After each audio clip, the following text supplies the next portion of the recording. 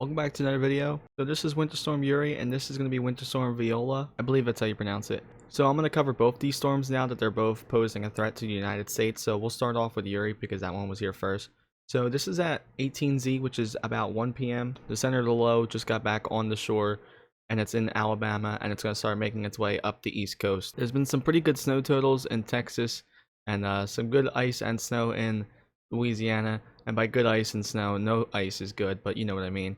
Some heavy accumulations. We're starting to see where that mixing is for Kentucky. Kentucky I knew was going to end up being a battleground, but yesterday they ended up seeing some pretty good snow on the first batch of moisture, but this time it's looking like it's going to be mostly sleet for them. But Ohio, especially northern Ohio, is still standing strong. But Indiana and Illinois, most likely just going to be all snow for you. By tomorrow morning, it'll be in the Northeast.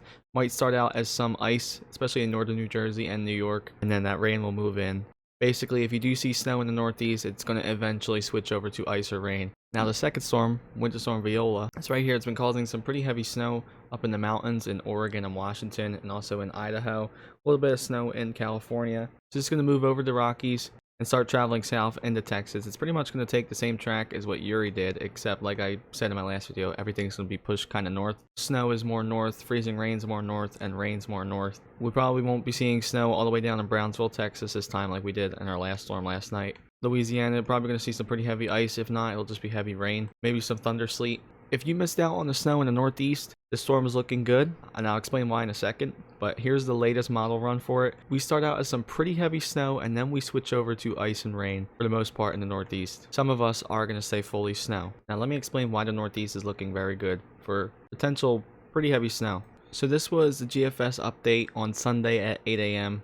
Eastern Time. The center of the low was somewhere in Ohio, and then the update for 2 p.m. Sunday, center of the low was in Pennsylvania. Then we have 6E, which would have been 1 a.m. on Monday. And now the newest model, newest run for the GFS, brings that low pretty far south, all the way into North Carolina. So if that trend continues and the low keeps getting dragged south, that'll be a pretty good snowstorm for the Northeast. So we'll just have to see what happens.